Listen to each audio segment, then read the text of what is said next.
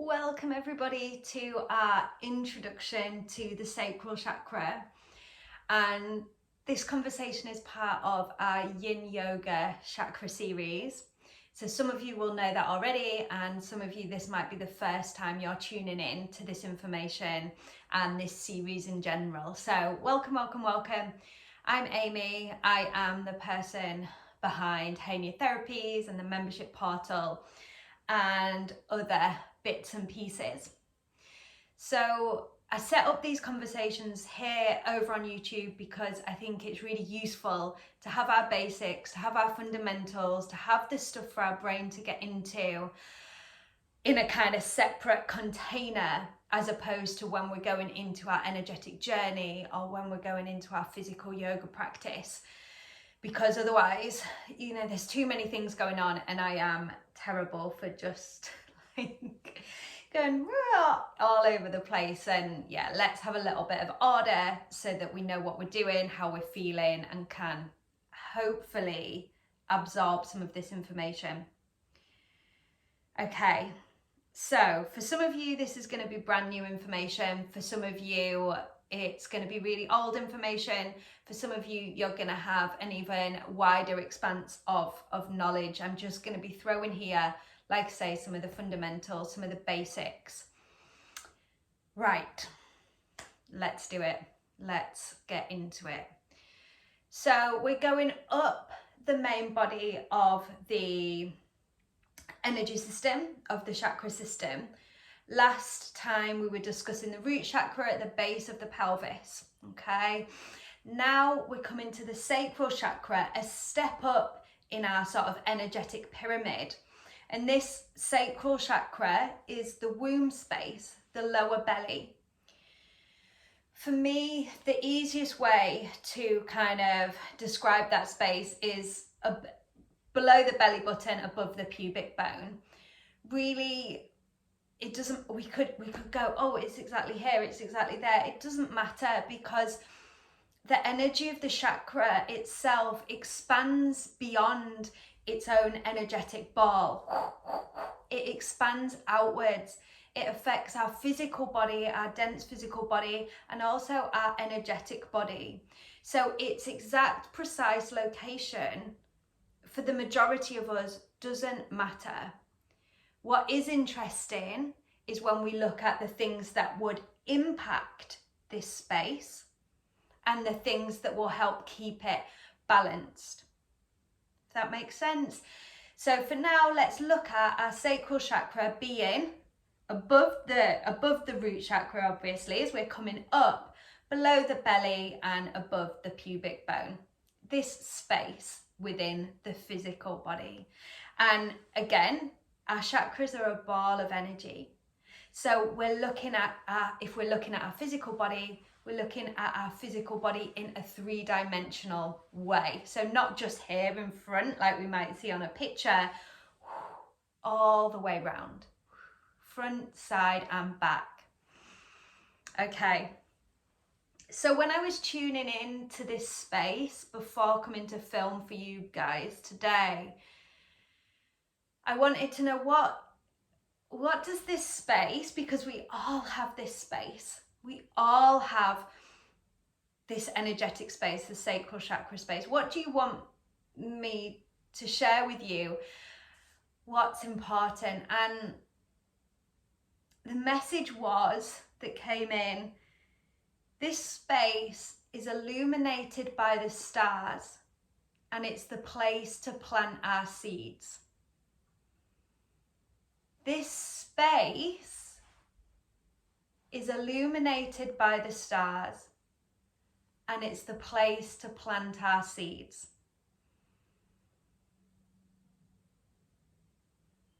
Our sacral space, our womb space, whether you've got a physical womb or not, whether you are male or female or identify in whichever way you choose, this sacral space is a point of creation.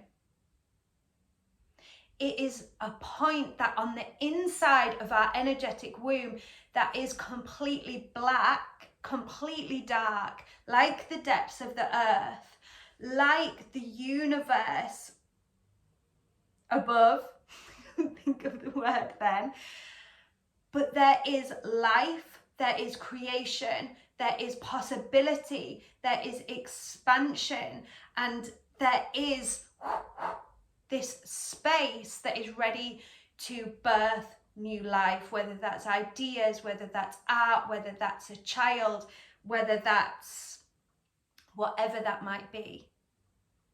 This is the energetic space that we can work with to sow our seeds of intention.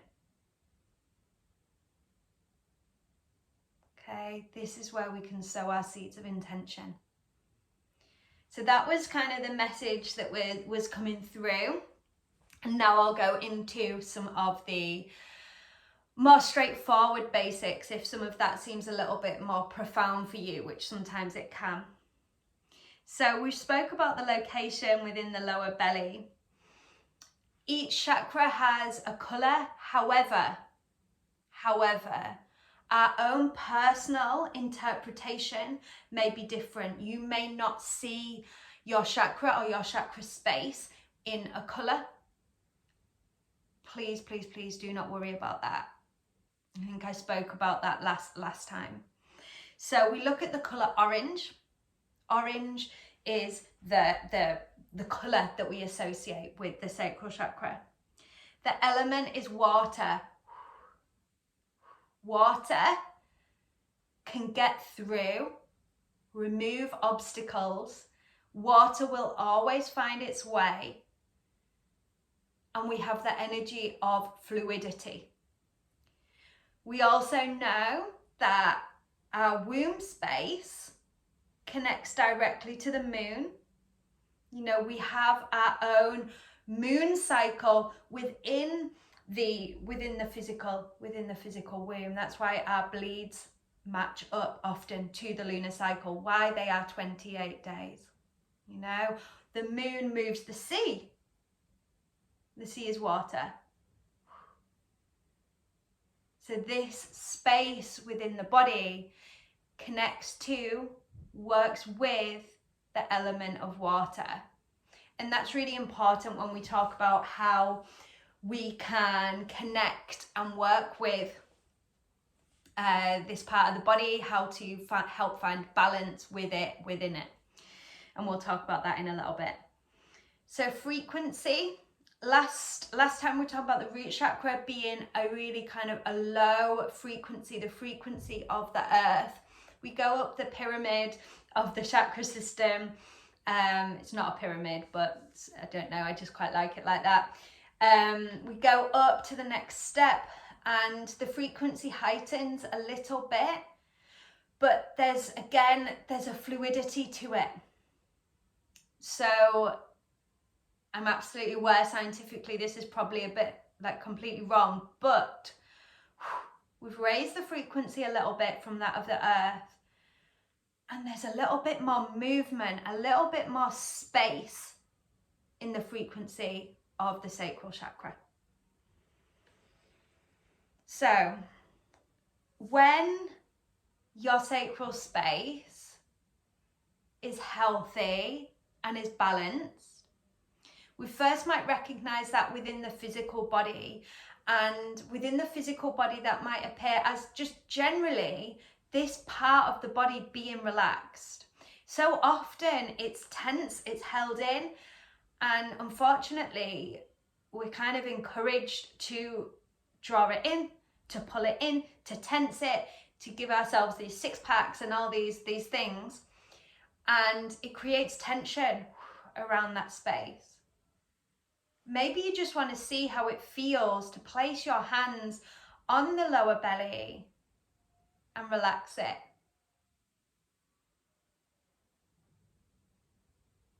And there might be an ebb and flow of tension here. So there might be like you can relax it for a second, and then there might be a pulling back. And there's absolutely place for when we engage the abdominal muscles, of course there is, but when we've got engagement, we've also got to have relaxation. So if you're finding that hard to relax that and let that go, maybe that's something that you would like to consider, and it will help your process of connecting to this space. Physically as well, our breath will be able to deepen. And when we can deepen our breath, we allow the diaphragm to move, which allows the belly to expand and soften as you breathe. If you imagine the lower belly being tight, contracted, tense and stressed, then our breath's not going to be able to come down and travel down and allow the diaphragm to move as it should, to allow the belly to expand and soften. And with that awareness as well, things like IBS that stem a lot of the time from stress and tension held both in the sacral chakra and also in the solar, which we'll come to next time. So they might be some physical symptoms. You might have digestive problems. You might have problems within the reproductive space. You might have pain through your bleed. You might have lower back pain. You might have hip pain. All of these things can be symbols or symptoms of issues with the sacral space. Of course, I'd always say, get something checked out by the doctor, etc., etc. But sometimes we can come back from the doctor and they're like, there's nothing wrong, there's nothing going on. Have we looked on a deeper level, on a psychological level, on an emotional level, on an energetic level? If you are reoccurringly getting things like IBS or hip pain or severe period pain, and we can't really identify a physical cause, is there something else that we could look at by journeying into and connecting to our sacral space? Just something to consider. So we're talking about when it's healthy, so that regulated breath, the deepening of the breath, relaxation in that space, healthy and balanced periods, things like that, and reproductive space, digestive space. Our sacral space governs, I don't know if that's the right word, our relationships a lot, especially our immediate relationships, so to primary caregivers, to lovers, to partners and close friendships, children. These sort of immediate relationships, our sacral space has a lot to do with. So when this space is healthy, a lot of the time that's reflected in our relationships. It might not be reflected in what these other people are doing, but on the way that we connect and that we are relating to these people within our immediate space, or our has been immediate space. If we're talking about parents or people that are no longer physically with you all the time, but emotionally they're very, very close. Energetically, they're very, very close. So healthy, boundaried, well-managed relationships and attachments. How we attach to others. How we attune to others. Whether we feel heard, whether we're able to listen, whether when challenges, as they will present themselves in our immediate environment from our loved ones, are we able to navigate that, or are we retracting and avoiding? Are we really confronting and fighting? Are we super anxious? How are our immediate relationships? And if they're all feeling a little bit tested, or you're feeling challenged by those, maybe there's some work to be done on this sacral space as we hold some of those primary relationships here. How did we connect with our primary caregiver? And if that was challenged, then maybe we find it challenging to connect to other close loved ones in our lives. That links to our ability to trust, our ability to love, and our ability to create as well. Our ability to have this space free for our seeds of intention to be planted. If we are struggling with anxiety, with stress, with worry, because of some of these limiting factors or these affecting factors that we have not been heard, we've not been seen, we've not been able to build relationships, we then create this sense of anxiety, of fear, and that's held potentially within this space.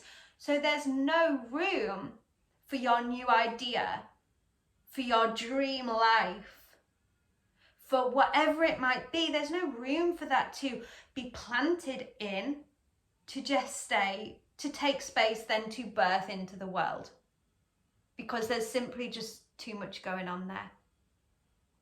Okay.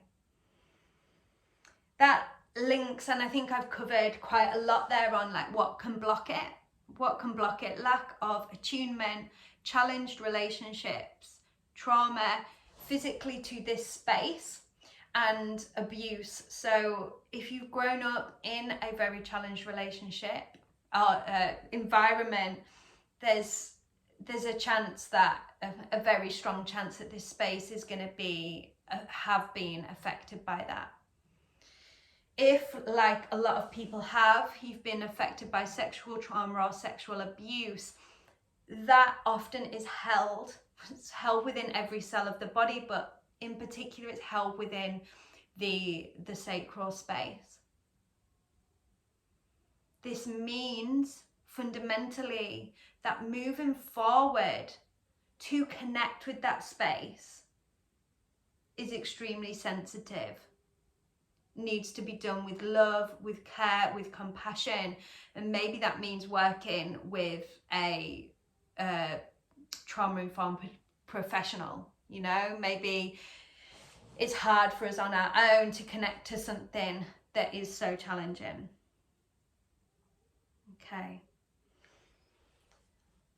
For me, as a practitioner, I find that the womb space, the sacral space, often acts also as a gateway to our past lives and also the collective imprints of what's come before. So often when we work with this space, we can journey and we can travel to some of our past life experiences that may be influencing your everyday experience. So if you find yourself triggered potentially in relationships, let's just use an example, you're triggered in relationships because you feel that you can't trust, you're struggling to trust, but you do your own examination, maybe you work with somebody to help and you can't find the cause or the trigger within your current life, within your early life. Maybe there's a chance that we can journey in through this sacral space as a portal, as a gateway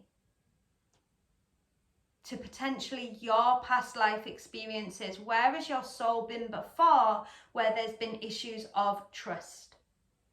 And we find the trigger there. Once we've found the trigger, we can do whatever necessary to mend that and then come back and ease this sacral space. And with that awareness, this awareness then shifts how we're thinking, how we're operating, how we're relating within our everyday relationships. Yeah, so I hope that makes sense. For me, it's a portal back.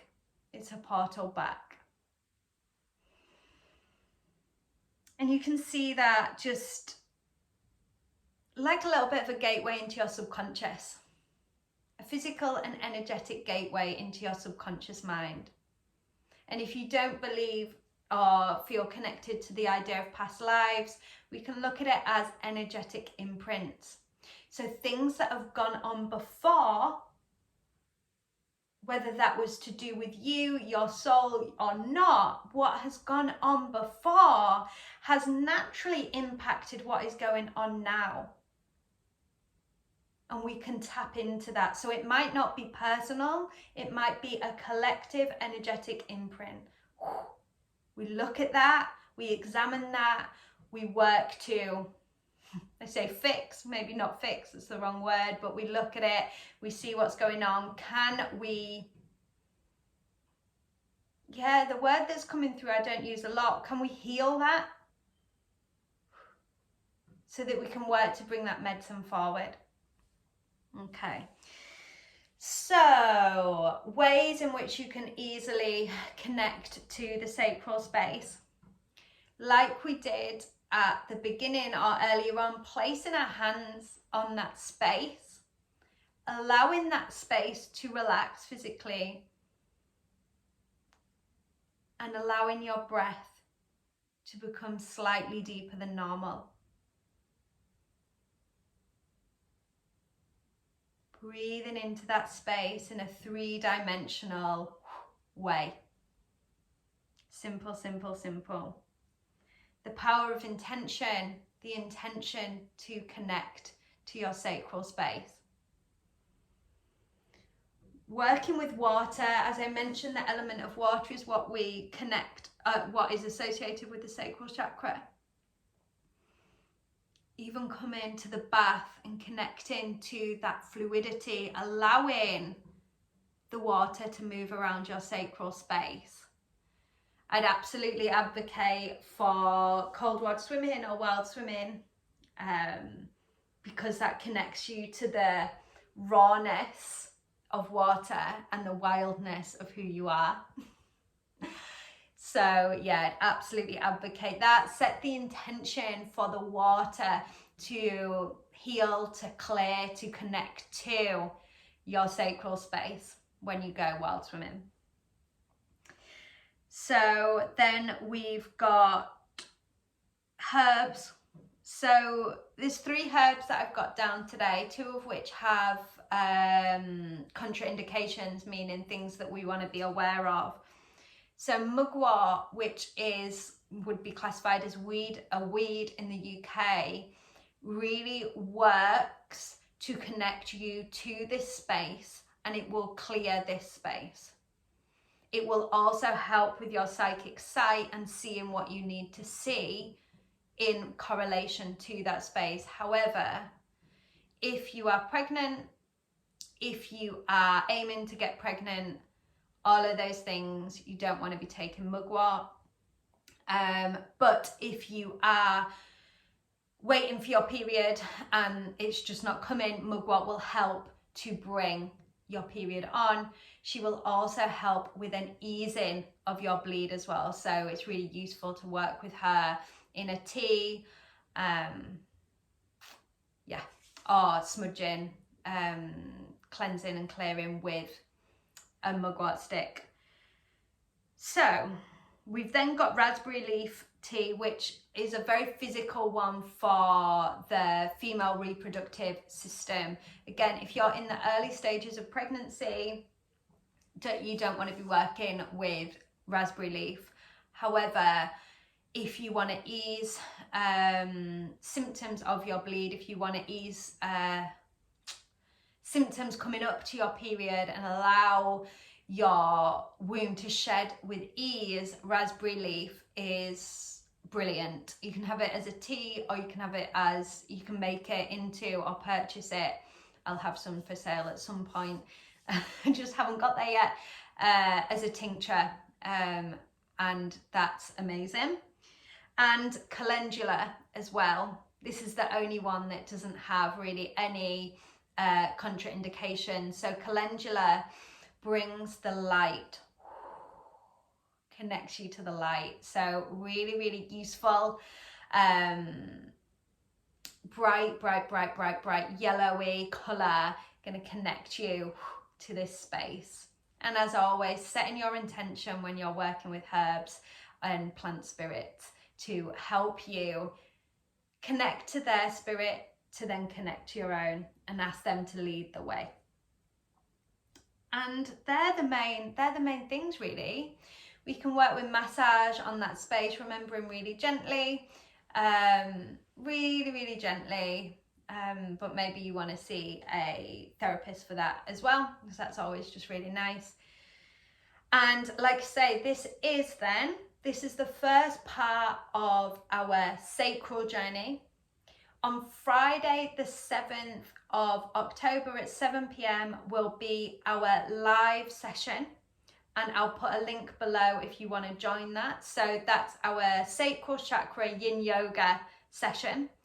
And we will be connecting directly to this space using Yin Yoga. So slow, steady stretches, deep relaxation, and an opportunity to expand and clear this space just by coming to the body. So really lovely, nothing complicated at all. And then third part will be the energetic journey, where we connect on an energetic deeper level to that space, so that we can again clear out, but also find any medicine that we need to help us move forward and allow for this space to become more balanced, so we can work towards finding these healthy relationships, healthy attachment styles, to feel safer in relationships, to feel heard, to listen, and all of these things, you know, even that physical release around that space, the deepening of the breath, the reduction of anxiety. So that energetic journey will go live on the membership portal on Friday the 7th too, and you can do that at any time, as many times as you like, before we then come in 2 weeks time to the solar. So we'll be coming up the pyramid to the solar space. So I hope that that's kind of given you a little bit of an idea or a deeper understanding, or confirm some things for you around the sacral space.